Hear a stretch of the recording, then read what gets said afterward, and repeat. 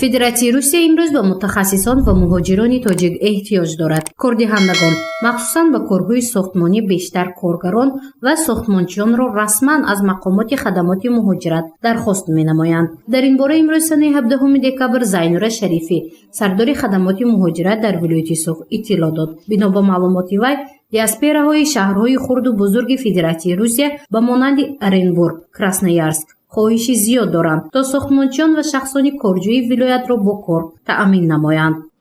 ба хусус ба корҳои сохтмонӣ ба хотири ҳамин диаспораҳои шаҳри Оренбург, вилояти Красноярск, Астрахань, Ростови-на-Дон, ҳамин диаспора Иркутск мукти дар тамос ҳастанд ки агар имконият шаваду ин масъалаҳо фасли худро ёбад, яъне ки тариқи роҳу сафарбар кардани шаҳрвандон, мо метавонем ҳамин шаҳрвандонро бо кордиҳандаҳо тариқи онлайн рӯбарӯ гап занем ва онҳо эҳтиёҷи худу музди меҳнату шароити ки онҳо дар хориҷи кишвар фароҳам оварданд тариқи онлайн онҳо намоиш медиҳанд ва бо шаҳрвандони мо гуфтугӯи мустақим мекунанд дар ҳолати ҳаллу фасл шудану маъқул шудану, яъне ки ҷои кор, яъне ки мутахассиси соҳа дарёфт шуданаш, мо метавонем тариқи рӯйхат бо воситаи субъектҳои хоҷигидоре ки дар ҳудуди вилоят расман фаъолият мекунанд ин шаҳрвандонро сафарбар намоем.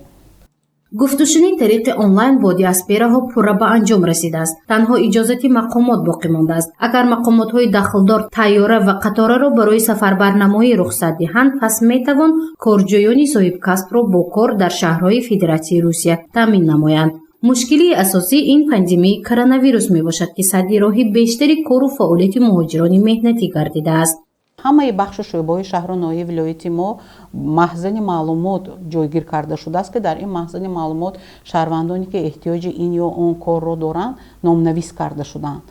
масалан агар дар ҳолати ҳамин аз ҳисоби мақомотҳо ҳал кардани рафту омади ҳамин шаҳрвандони мо тариқи ҳавопаймо ва роҳи оҳан ва кушодани роҳҳо ё ба тариқи истисно иҷозат додан ба ҳамин субъектҳо, мо метавонем ин шаҳрвандонро тез ҷамъ оварда тариқи ҳамин субъектҳои кордиҳанда фиристода бошем, зеро ки вазорати мо як вазорати бисёр ҷабҳа мебошад ва литсейҳои касбие ки имрӯз дар ҳудуди вилоят фаъолият мекунанд, онҳо низ мутахассисонро омода карда истодаанд.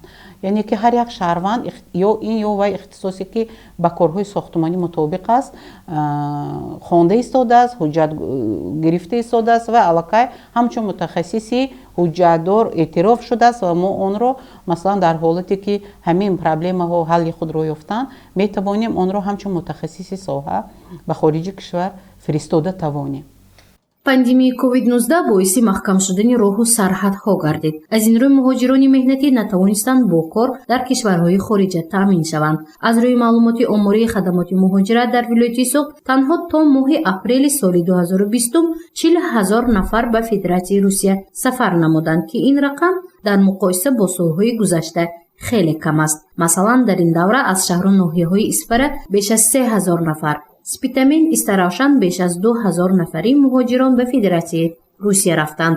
мутахассисони соҳа мегӯянд, гурӯҳи муҳоҷиронро ки дар вилоят монданд, дар ҳамкорӣ бо намояндагони шуғли аҳолӣ муваққатан ё худ мавсимӣ бо ҷойи кор таъмин намуда истодаанд.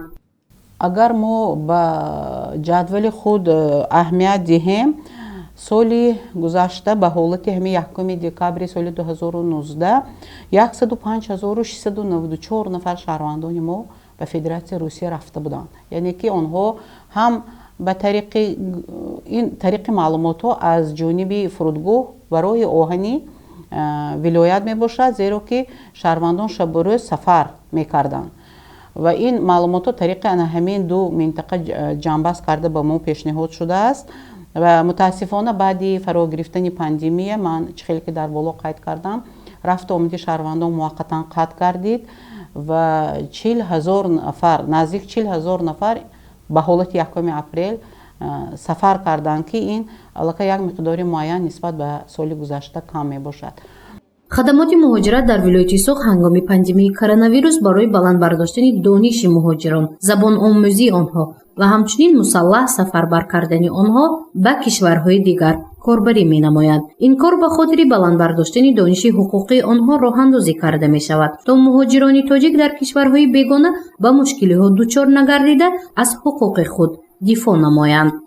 ягона муаммое ки имрӯз байни муҳоҷирон аст, ин надонистани забон, набудани ихтисос, надонистани масалан тасодуфӣ баромада рафтани онҳо ба муҳоҷирати меҳнатӣ, ин ба ҳар гуна мушкилотҳо ба хориҷи кишвар ба миён меорад. ба ҳамин хотир ҳоло аз ҷониби хадамоти муҳоҷирати вазорати меҳнат, муҳоҷират ва шуғли аҳолии ҷумҳурии Тоҷикистон дар 4 вилоятҳои ҷумҳурии Тоҷикистон марказҳои омодагӣ пеш аз сафар таъсис дода шудааст ки ин марказ дар ҳудуди шаҳри хуҷанд низ ташкил карда шудааст. марказ расман фаъолияти меҳнатӣ дорад, кормандони худро дорад ва онҳо ҳар як минтақае ки ба муҳоҷирати меҳнатӣ сафарбар мешаванд, шаҳрвандон ва тариқи шӯъбаи бахшҳои мо дар тамос ҳастанд ва ин шаҳрвандонро албатта пеш аз сафар омода мекунанд ва дар ҳамин литсейҳои касбие ки дар онҷо курсҳои кӯтоҳмуддати омӯхтани забонҳои русия аст ҷалб мекунанд.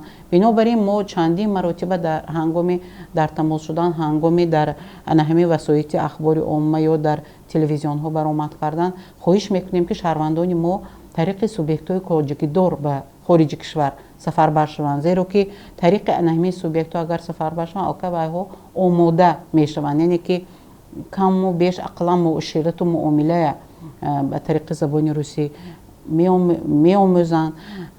баъд минтақае ки сафарашон муайян шудааст медонанд, ҷои хоб ҳаст, музди маоши муайян ҳаст ва хотири ҷамъ баромада мераванд. дар ҳолати тариқи субъектҳо рафтан алка кордиҳанда музди маоши онҳоро тариқи ҳамин кортҳое ки онҳо доранд метавонанд пардохт намоянд ки ин ба вазъи иқтисодии оилаи ҳар як муҳоҷир албатта мусоидат мекунад.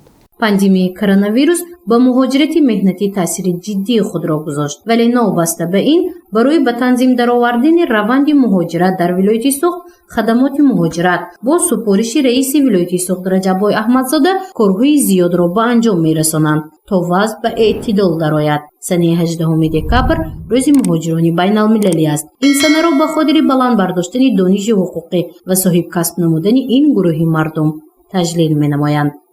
Гузориши Мафнушкур ва Наимҷон Аюбов барои барномаи иттилоотии хабар.